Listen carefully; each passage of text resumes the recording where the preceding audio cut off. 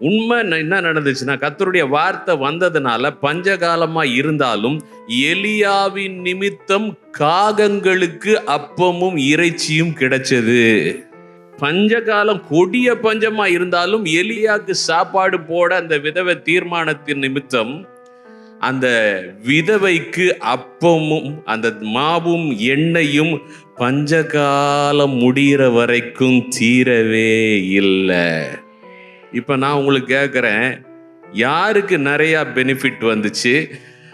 எலியா மூலமா விதவைக்கா இல்ல விதவை மூலமா எலியாவுக்கா?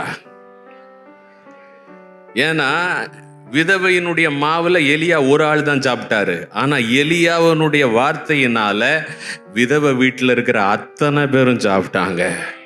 பஞ்சம் முடிகிற வரைக்கும் சாப்பிட்டாங்க. ஒரு அல்லேலூயா சொல்லுங்க.